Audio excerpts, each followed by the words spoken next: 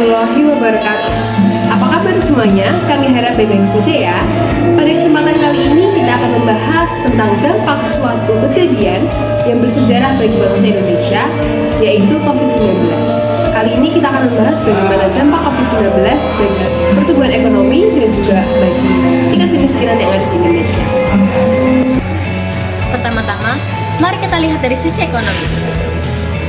Ketika kasus COVID-19 meningkat, banyak perusahaan tidak mampu untuk bayar gaji karyawan mereka, sehingga mereka terpaksa untuk melakukan PHK massal. Para karyawan terkena PHK kehilangan sumber penghasilan mereka. Ditambah lagi, banyak perusahaan tidak membuka lowongan pekerjaan. Mereka yang kehilangan sumber penghasilan tidak bisa membeli barang sebanyak biasanya. Para penjual juga merasa rugi karena dagangannya yang minim pembeli. Sektor UMKM, pariwisata, dan transportasi menjadi yang sangat terpukul. Mereka yang biasanya bergantung pada pembeli harus menggulung tikar untuk meminimalisir rugi yang mereka dapatkan.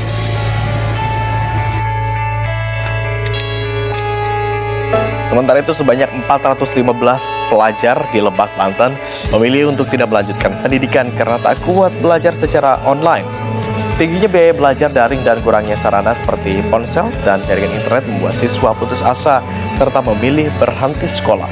Beberapa dari mereka bahkan memilih bekerja atau menikah agar bisa mengurangi beban orang tua.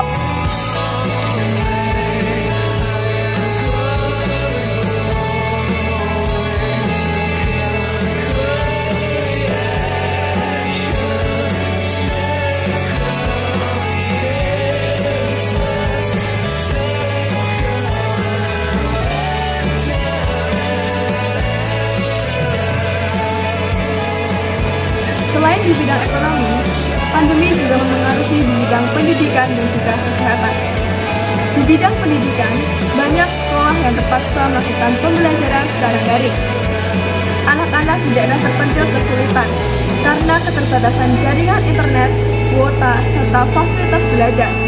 Akibatnya, kesenjangan pendidikan akan semakin terlihat. Di bidang kesehatan, biaya penanganan COVID-19 sangat tinggi. Banyak keluarga yang kehilangan anggota keluarganya yang masih produktif.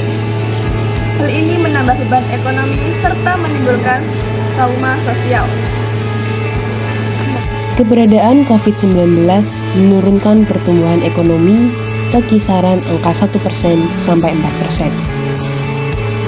Data menemukan bahwa dampak paling ringan COVID-19 terhadap pertumbuhan ekonomi akan menaikkan tingkat kemiskinan dari 9,2% pada September 2019 ke 9,7% pada akhir 2020. Hal ini berarti bahwa akan ada 1,3 juta orang yang jatuh miskin.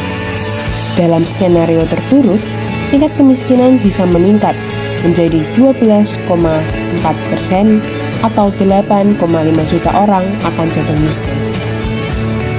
Proyeksi terburuk ini berarti bahwa kemajuan Indonesia dalam mengurangi kemiskinan selama 1 dekade terakhir akan sia-sia. Lalu, apa yang dapat dilakukan untuk mengatasi masalah tersebut? Pemerintah berupaya membuka lapangan kerja baru, memberikan subsidi, serta mendukung usaha kecil dan menengah. Program bantuan sosial juga diperluas untuk meringankan beban masyarakat. Di sisi lain, masyarakat tidak tinggal diam. Semangat gotong royong kembali tumbuh. Banyak komunitas memberikan donasi, berbagi sembako, bahkan menyediakan makanan gratis bagi mereka yang kesulitan. Solidaritas sosial menjadi kekuatan penting untuk bertahan dalam masa sulit ini. Sebagai seorang sosiolog, pandemi ini bisa dilihat dari 2 bidang penting, yaitu sosiologi pembangunan dan sosiologi kebijakan sosial. Sosiologi pembangunan membantu kita memahami perubahan struktur sosial, ketimpangan, dan dampak pandemi terhadap masyarakat. Sementara itu, sosiologi kebijakan sosial menilai efektivitas program bantuan agar lebih adil, tepat sasaran, dan mampu mengurangi kemiskinan. Dengan begitu, sosiologi bisa memberi dasar ilmiah bagi kebijakan politik. Walaupun berat, pandemi COVID-19 juga memberikan pembelajaran yang berharga bagi kita. Yang pertama, pentingnya kesiapsiagaan. Kita jadi paham bahwa krisis kesehatan dapat dengan cepat berubah menjadi krisis ekonomi dan sosial. Yang kedua, perlunya perlindungan sosial yang inklusif.